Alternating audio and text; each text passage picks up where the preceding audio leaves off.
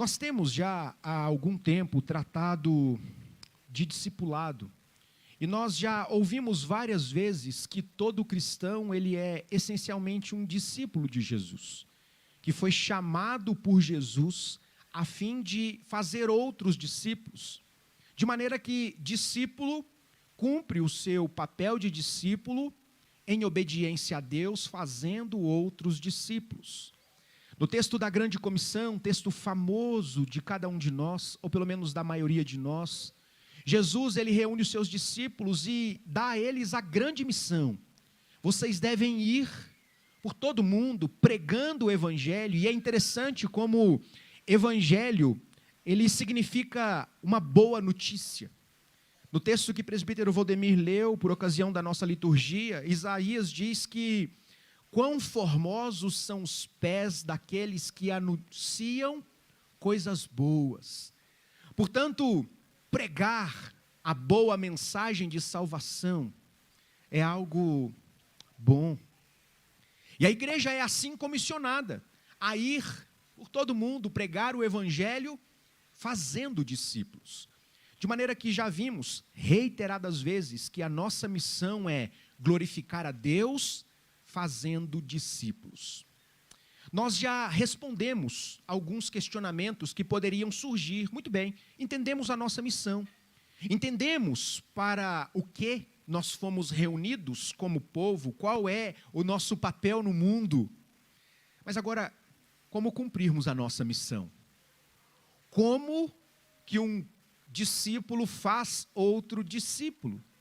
E é muito interessante que encerra-se a narração descritiva dos evangelhos, inicia-se a descrição dos atos dos apóstolos, e no comecinho do livro de Atos, Jesus, ele ascende aos céus, ele é levado às alturas, se assenta à destra de Deus, no trono, no céu, e ele envia o Espírito Santo, Paracletos, um outro consolador, da mesma substância, tão Deus quanto Jesus, quanto o Pai, tão poderoso, que é o meio pelo qual Deus, em seu santo e soberano conselho, vai aplicar a graça salvadora. Portanto, um discípulo faz outro discípulo pelo poder do Espírito Santo.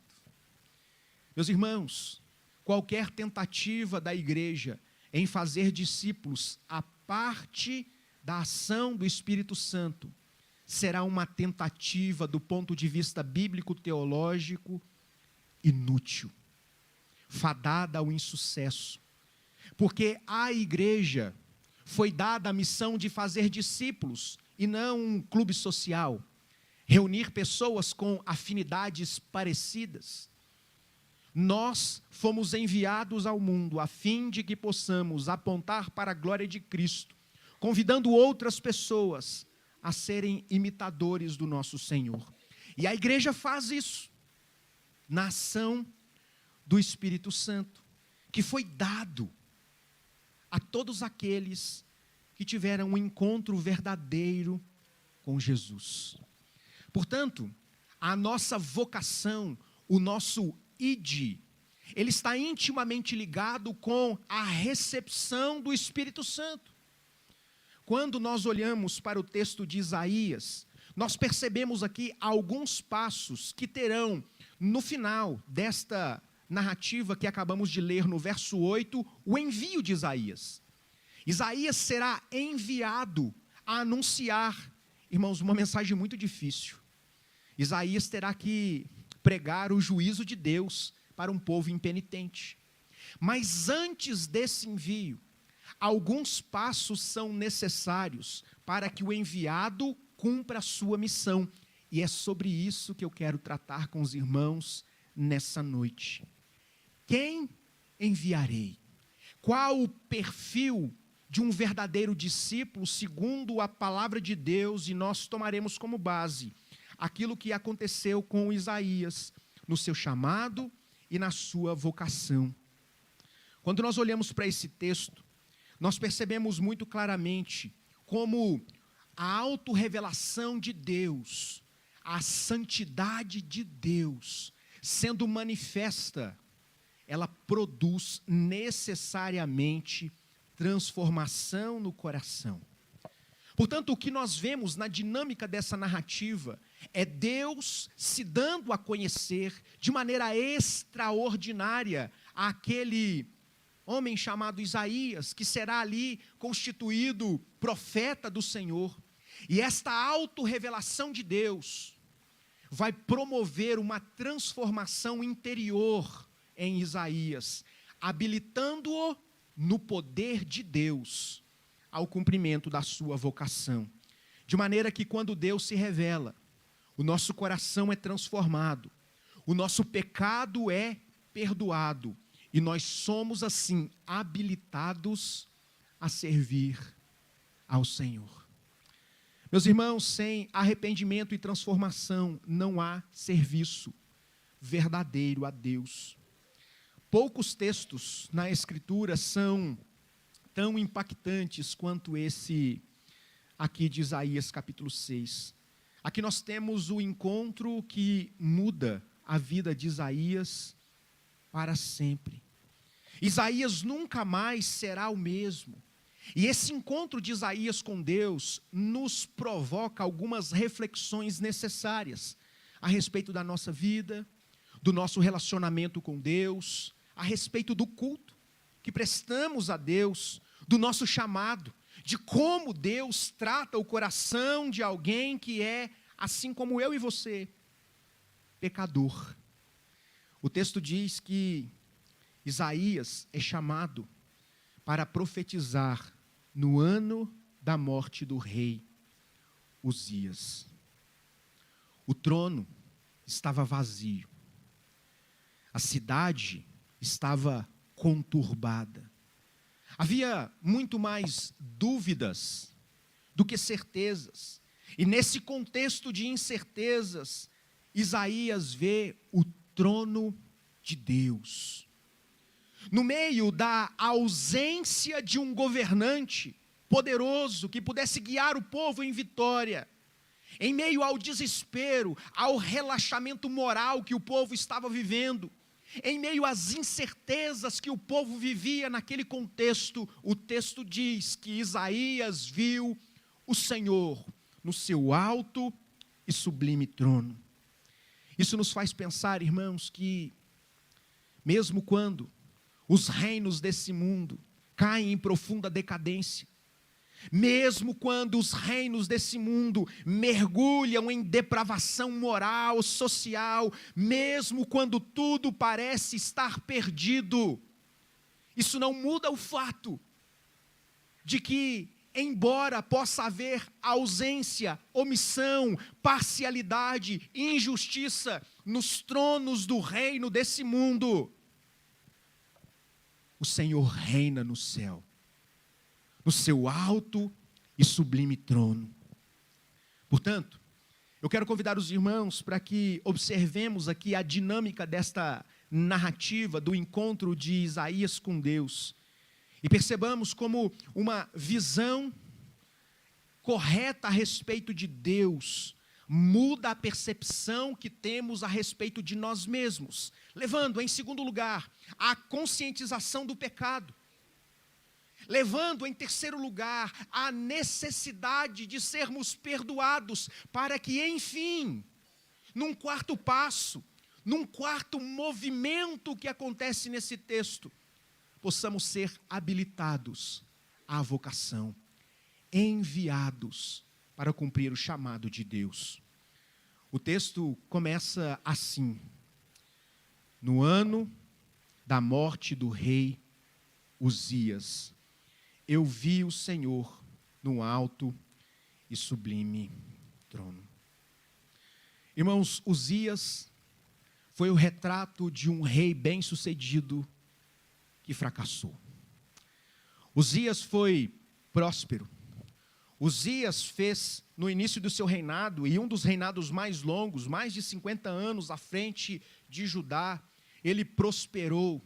E enquanto fazia tudo o que era reto diante do Senhor, Uzias foi reconhecido por isso. Um rei forte, um rei que governa. Mas num dado momento da história, esse rei, que estava sentado no trono, que trazia segurança para o povo, ele se envaidece. E ele tem uma visão equivocada a respeito de si mesmo. E ele então vai levando o reinado à decadência, porque ele se acha apto a fazer aquilo que Deus havia designado apenas para sacerdotes. Ele se meteu a querer ser, além de rei, sacerdote, queimar incenso. E ele, por causa da sua soberba, foi rejeitado por Deus. Padeceu de enfermidade. E ele sofreu. E houve então, nesse momento, uma lacuna, uma vacância no trono. E isso culminou com o declínio moral de Judá. As pessoas se afastaram de Deus. E é nesse contexto de incertezas, quando, enfim, o grande rei Uzias, o exemplo de rei, que governava, revelou-se tão falho quanto todos os seus súditos. Ele morre. Existe uma transição lenta. E as pessoas agora estão sofrendo com incertezas. E houve, nesse contexto, um afrouxamento moral. O povo se afastou de Deus, endureceu o coração, e Deus vai enviando os seus profetas para pregar o arrependimento. Mas o povo tapou os seus ouvidos, perseguiu os profetas que Deus enviou anteriormente, matando muitos deles, até que Deus vai agora chamar Isaías. Isaías não vai ter vida fácil. Isaías precisa pregar o juízo de Deus para com um povo impenitente. Então, esse é o contexto em que Isaías é chamado por Deus. Esse é o contexto que enseja essa visão do trono de Deus.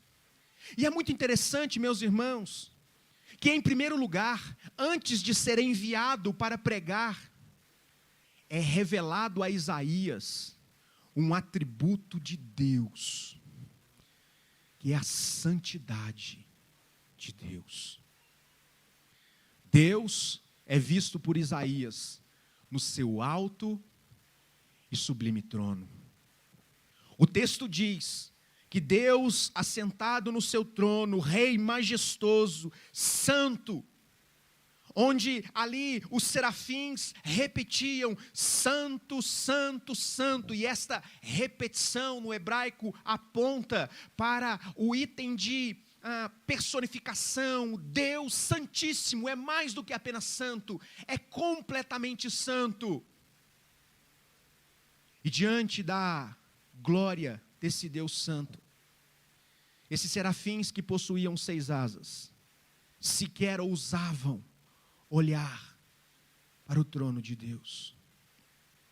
O texto diz que com 2 asas tampavam os pés, 2 asas tampavam os olhos, com 2 asas voavam e repetiam constantemente: Santo, Santo, Santo.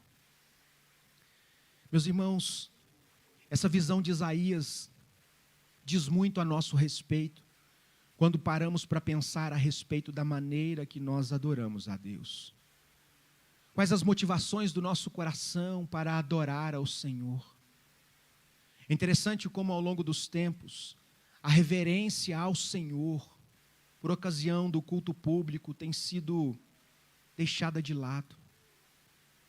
As preferências humanas têm sido colocadas à frente daquilo que Deus requer dos seus adoradores, por ocasião do culto.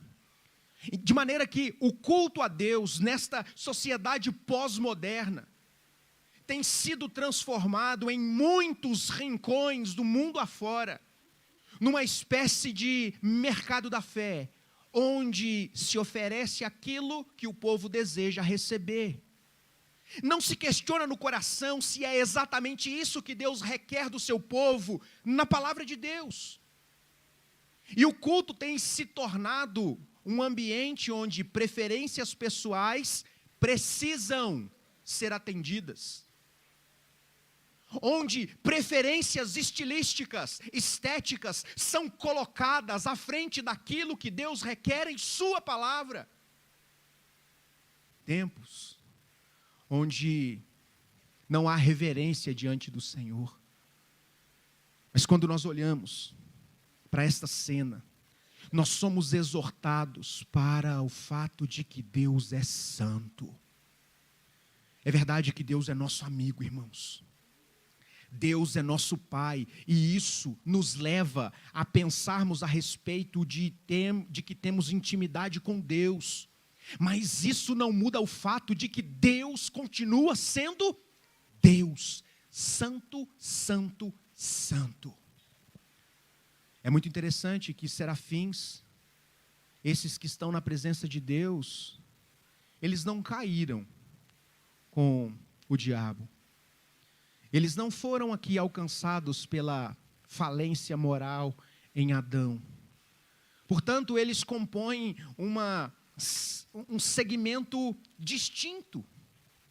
Mas apesar da sua distinção e pureza, por serem seres que estão habilitados à presença de Deus, eles sequer ousam olhar para a face de Deus. E nós, seres humanos, pecadores, totalmente depravados, com inclinações carnais, nos julgamos aptos para dizer para Deus qual é o melhor jeito de cultuá-lo. E nós vamos moldando o culto que deveria ser prestado a Deus, à luz das nossas preferências. Se não for o pastor X, eu não cultuo. Se não for Joãozinho que vai ministrar, tá caindo aqui, mas não é fogo, é água. Eu não vou. Se não atender determinadas exigências pessoais, se eu não me sentir bem, eu não vou. Como se o culto fosse para nós. Como se nós estivéssemos no lugar, na condição de poder exigir como quem paga por um serviço, como esse serviço deve ser prestado. E quando nós olhamos para esse texto, nós percebemos, irmãos, a majestade de Deus. Deus está assentado no seu alto e sublime trono. Isaías vê a santidade de Deus sendo proclamada de maneira tríplice pelos serafins. Isaías vê também a reação do ambiente. O texto diz que o ambiente ali sofre alteração e a presença de Deus inunda aquele lugar. Isso deve nos fazer pensar a respeito das nossas motivações para adorar ao Senhor. Culto a Deus, estarmos diante de Deus, não é sobre nossas preferências. É sobre reconhecer quem Deus é e diante de quem nós estamos. De maneira que, se de fato nós queremos ser discípulos de Jesus, e nós precisamos querer, irmãos, nós precisamos, vai acontecer com Isaías. É necessário antes, porém, que tenhamos consciência da santidade de Deus, porque uma visão correta a respeito de Deus muda a nossa perspectiva a respeito do mundo e a respeito de nós mesmos. Isaías vê o Senhor no alto e sublime trono, em tempos de crise. Isso traz uma lição, tanto para Isaías, quanto para nós hoje. Deus continua reinando sobre todas as coisas. Deus continua sendo o Senhor da história. Portanto, Isaías tem nesta autorrevelação de Deus uma visão adequada a respeito da santidade de Deus, que trará como consequência um segundo movimento no texto. Verso 5 diz: ai de mim, estou perdido, porque sou homem de lábios impuros e habito no meio de um povo de lábios impuros, e os meus olhos viram o Rei, o Senhor dos exércitos. Uma visão adequada da santidade de Deus nos leva a uma visão adequada de quem nós somos. E isso se reflete na consciência de que nós somos pecadores. Isaías diz: ai de mim. Se Isaías fosse mexicano, talvez ele dissesse: e agora, quem poderá me defender? Ele está perdido, porque não há dignidade em Isaías para contemplar a santidade de Deus. Meus irmãos, um verdadeiro discípulo, alguém que é enviado por Deus para fazer outros discípulos, precisa necessariamente ter uma visão adequada a respeito de quem é Deus, porque só assim, irmãos, nós teremos uma visão bíblica a respeito de quem nós somos. Você não é o chuchuzinho da mamãe do ponto de vista moral. Nós não somos a última bolacha do pacote. A palavra de Deus nos diz que nós somos pecadores. Éramos, como disse hoje pela manhã, inimigos de Deus, filhos da ira. Quando nós temos essa consciência de quem nós somos, e isso é verdadeiro, irmãos,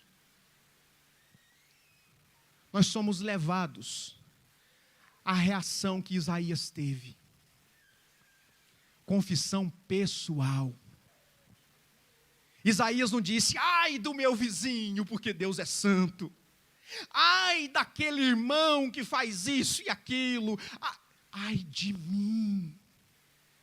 Ai de mim. Porque antes de operar através de mim, por meio de mim, Deus precisa operar em mim. Isaías tem um momento de confissão pessoal, e ele declara publicamente o seu estado de falência moral diante de Deus, quando ele diz: sou homem de lábios impuros. Irmão, se a gente fosse falar a respeito aqui do pecado da língua, nós precisaríamos de uma série. E esse era um problema muito grave nos tempos de Isaías, como é no nosso tempo. E é muito interessante que Isaías, ele reconhece: eu não sou digno da santidade de Deus. E ele se humilha dizendo: ai de mim. Mas sabe, irmãos, uma visão adequada de quem nós somos nos leva também a uma ação adequada para aqueles que são como nós. Veja, Isaías não vai acusar os seus irmãos do mesmo pecado, porque pode ser que numa leitura superficial, descontextualizada, você diga: Isaías aí, falando: eu sou de lábios impuros, mas o fulano é também. Não é isso que está acontecendo aqui. Isaías está orando em solidariedade, ele está reconhecendo que é tão pecador quanto os seus irmãos. Eu sou homem de lábios impuros e habito no meio de um povo que também tem lábios impuros. É solidariedade, é reconhecer que não é assim, nossa, esse bastião da santidade. É muito interessante, irmãos, quando nós olhamos para homens que foram, homens como criação de Deus, né, homem, mulher, que foram usados por Deus ao longo da história, que tiveram assim atitudes como a de Isaías. E nós poderíamos citar muitos exemplos de pessoas que tiveram esta reação de Isaías, que confessaram o seu pecado particular, que intercederam a Deus pelo pecado coletivo em solidariedade contra o povo. E nós poderíamos aqui questionar o que moveu o coração de Isaías a se ver como alguém indigno naquele momento. O texto diz: eu vi o Rei. A santidade de Deus expõe a nossa impureza. Se você deseja ser de fato um discípulo de Jesus, se você deseja ser usado por Deus na ação do Espírito Santo, você precisa ter uma visão adequada de quem é Deus. E como consequência de uma visão adequada de quem é Deus, ter uma visão adequada de quem é você. Isaías viu o Rei. Antes de sermos usados por Deus, nós precisamos, e aqui precisar, irmãos, tem caráter de necessidade, não é uma opção. Nós precisamos ser quebrantados por Deus. A verdadeira espiritualidade não começa com inovações. A verdadeira espiritualidade começa com arrependimento. E é isso que nós vimos aqui em Isaías. Isaías, então, tem uma visão adequada de quem é diante de Deus. Ai de mim, estou perdido, porque eu vi a santidade de Deus. O que fazer quando constatamos que somos inaptos para a vocação? O que fazer quando percebemos que nós não somos tão bons quanto imaginávamos que éramos? O que fazer quando percebemos que nós somos indignos da presença de Deus? É nesse momento, irmãos, que o texto diz que depois de uma visão adequada de quem é Deus, uma visão adequada de quem Isaías era, vem uma intervenção do céu. O texto diz que um dos serafins, ele vai tirar uma brasa e ele vai... É interessante como é que a NAA traz uma pinça, porque é uma melhor tradução, uma tenaz. É um instrumento para você mexer no carvão ali. Você vai lá, tira, e ele vai tocar com a brasa a língua de Isaías. Que visão aterrorizante, irmãos. Mas você já parou para pensar como o fogo ele tem um poder extraordinariamente cicatrizante?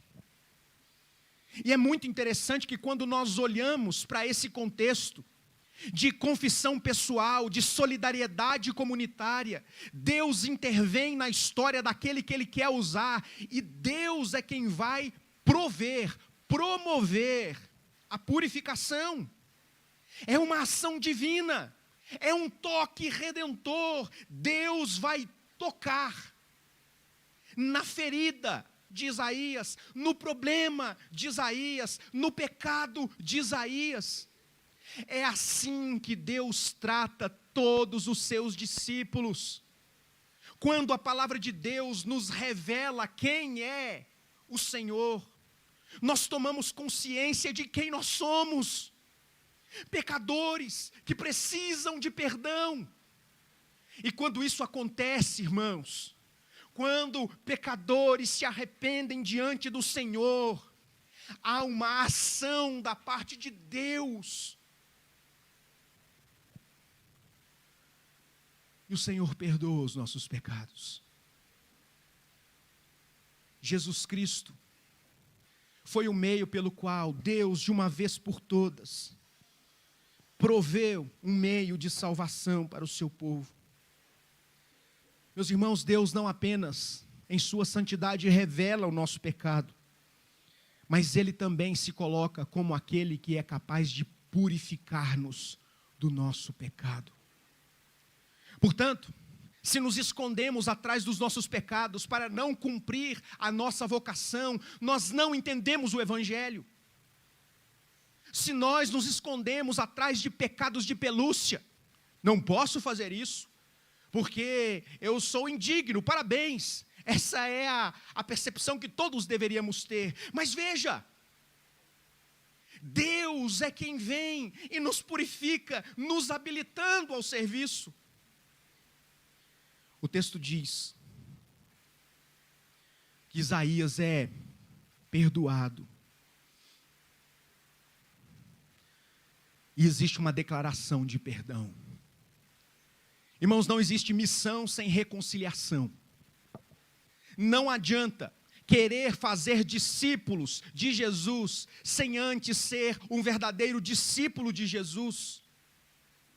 Não há método, estratégia que possa suplantar esse modelo de chamado que nós encontramos em Isaías. Deus vai trabalhar o nosso coração para que a partir desse trabalho Deus use a nossa vida.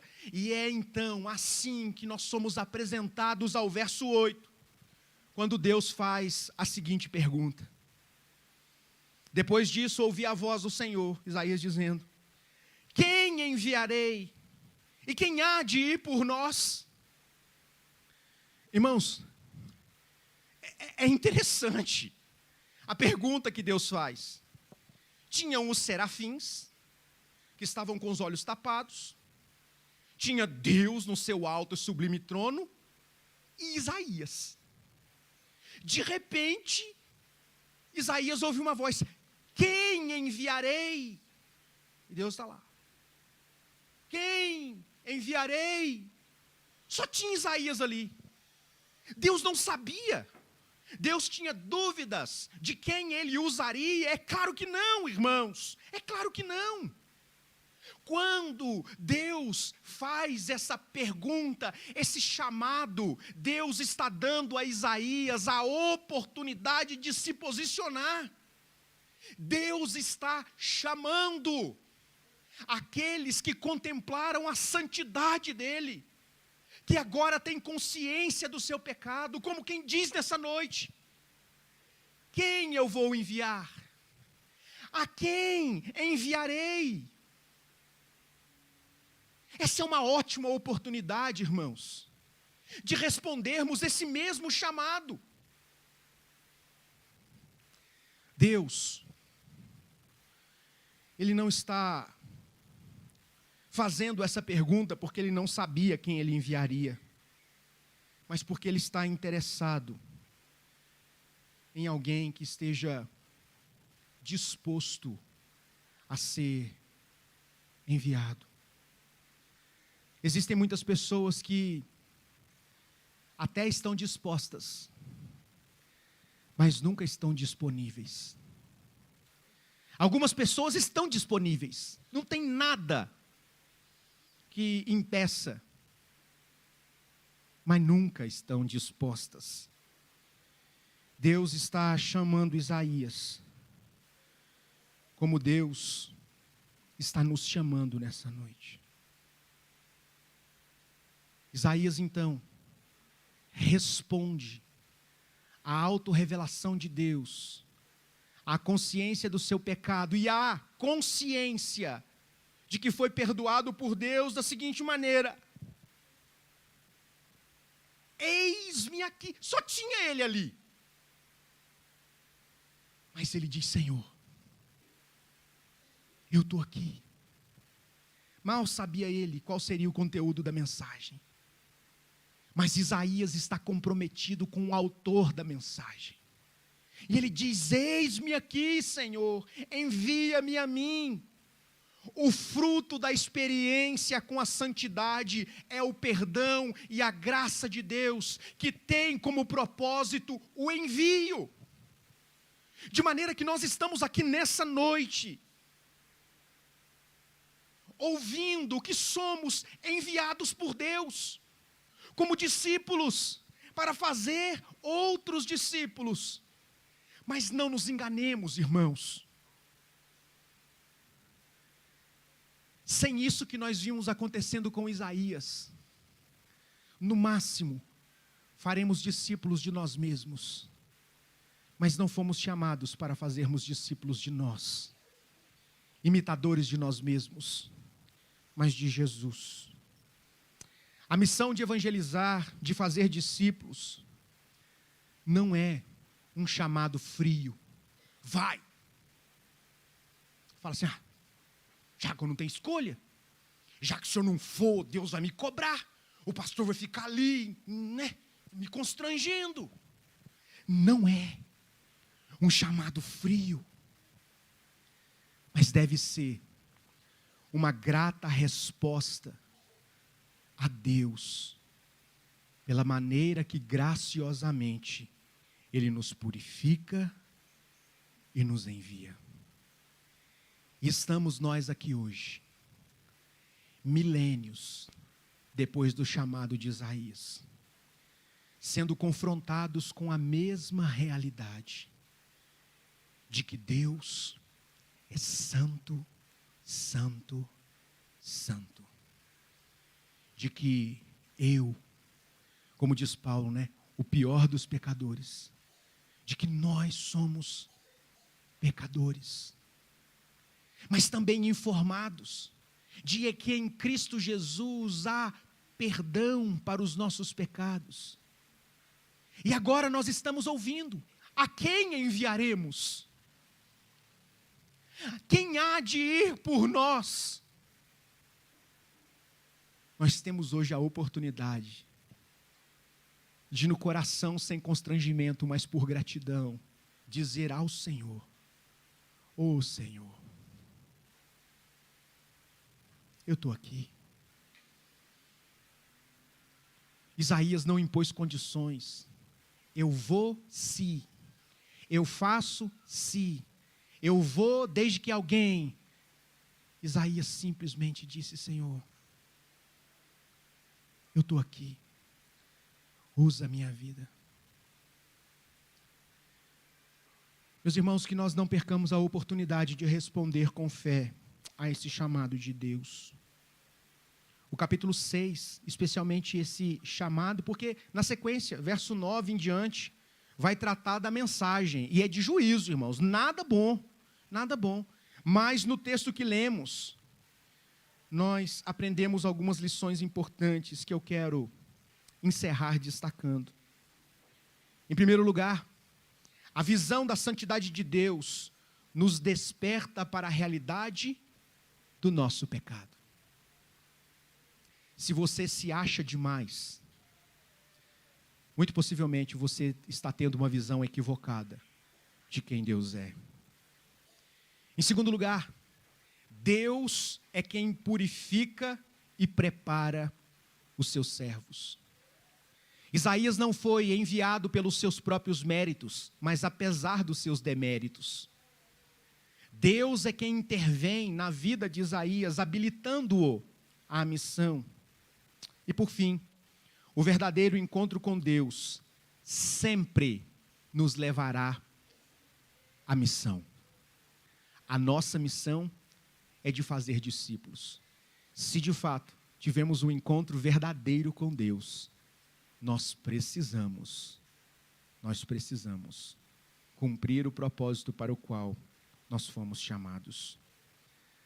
Um verdadeiro encontro com Jesus nos leva a essa sublime missão de anunciar as boas novas do Evangelho. Como nós responderemos a esse chamado? Como você vai dormir com esse barulho? Como diria alguém. Essa é uma pergunta que precisa ser respondida no íntimo do nosso coração. Isaías ouviu o chamado. Isaías respondeu o chamado. Silêncio, indiferença, também é resposta. E eu quero convidar você para orarmos ao Senhor, pedindo que Ele nos ajude. Querido Deus, nesse momento, ó Pai, depois de ouvirmos a Sua palavra, nós reconhecemos, ó Deus, que de fato o Senhor é santo. Nós cremos, ó Deus, na integridade, na veracidade, ó Deus, das Escrituras, que declaram, ó Deus, a sua santidade, a sua majestade. E por isso, Deus, à semelhança de Isaías, reconhecemos que nós somos pecadores, Deus. Somos indignos da sua presença. Por isso, Pai, nós clamamos por uma intervenção do Senhor em nossa vida. O Senhor, ó Deus, conhece a cada um de nós, as nossas limitações. Ó Deus, o Senhor conhece o nosso coração e por isso nós pedimos, ó Deus, toque em nossas vidas. Ó Deus, nos habilite a esta santa vocação de anunciarmos a Tua palavra, Deus, na ação do Espírito Santo. Deus, nós queremos ser uma igreja que é usada pelo Senhor.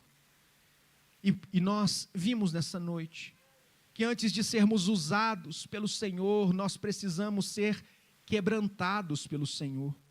Por isso, Pai, tira todo o orgulho, toda a altivez, ó Deus, toda a autossuficiência que eventualmente, ó Deus, reine e impere nos nossos corações. E permita, Deus, que tenhamos uma experiência espiritual tão profunda quanto a de Isaías, a ponto de dizermos: ai de nós!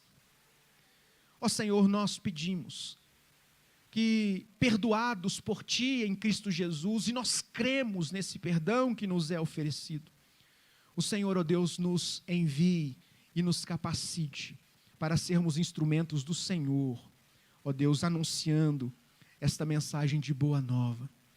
Que o Senhor nos ajude como igreja do Senhor, não nos esquecermos, ó Deus, desse nosso chamado para sermos e fazermos discípulos de Jesus, para a glória do Senhor. Amém e amém.